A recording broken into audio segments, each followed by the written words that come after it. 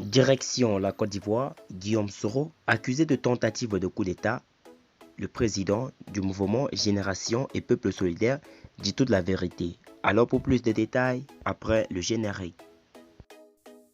Avant de commencer, n'oubliez pas de vous abonner et d'activer la cloche de notification, car cela va vous permettre de ne plus manquer les prochaines vidéos. C'est parti!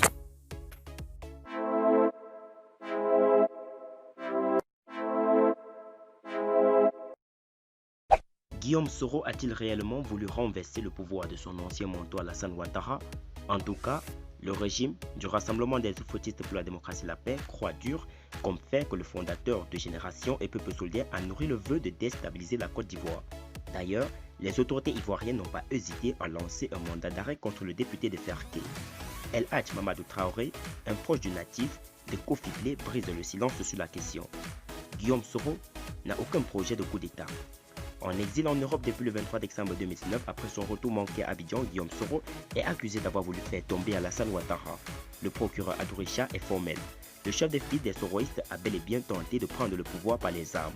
Les perquisitions effectuées au domicile des partis accusés, y compris celui de Soro, ont permis de découvrir des armes comme des missiles anti-chars, des lance-roquettes RPG, des kalachnikovs et des munitions, avait laissé entendre le magistrat lors de la conférence de presse le jeudi 26 décembre 2019. Courant octobre 2020, Adourisha a assuré que le juge d'instruction a terminé ses investigations. L'information judiciaire a démontré indubitablement leur participation active dans la commission des faits de complot et atteinte contre la sécurité de l'État. Guillaume Soro et 20 de ses proches sont accusés de complot et atteinte contre la sécurité de l'État. Alassane Ouattara a même remis aux autorités françaises un mandat d'arrêt contre son ex-premier ministre. Dans le camp de Guillaume Soro, l'on dénonce une cabale contre l'ancien président de l'Assemblée nationale. Il n'y a qu'en dictature que l'on émet un mandat d'arrêt contre un candidat aux élections. Cet acte est un parjure qui souille la fin de la présidence Ouattara, avait dénoncé le frère aîné de Soro, Simon, sur Twitter.